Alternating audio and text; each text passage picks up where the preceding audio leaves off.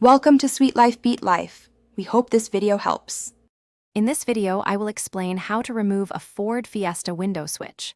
First, gather your tools, primarily a plastic trim removal tool to prevent damage. Always ensure your vehicle's ignition is completely off before starting any electrical work for safety. Take a moment to locate the window switch panel, which is usually integrated into the door's armrest or handle area.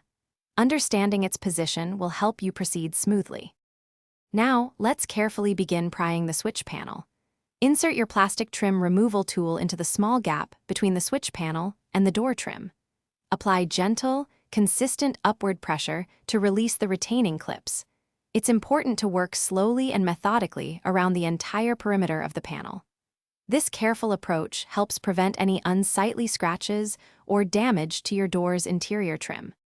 Once the panel is loose, gently lift it to expose the electrical connectors attached to the underside of the window switch. You'll notice one or more wiring harnesses. Each connector has a small release tab. Press this tab firmly. While holding the tab, pull the connector straight out to disconnect it from the switch. Be patient, as some tabs can be a bit stiff, but avoid excessive force to prevent damage.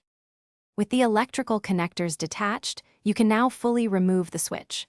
Some window switches are held in place by small screws, typically 2 or 3, which you'll need to remove. After any screws are out, carefully separate the entire window switch unit from its plastic housing in the door panel. It should then come free.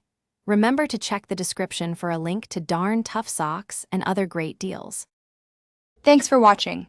Consider subscribing if we helped you.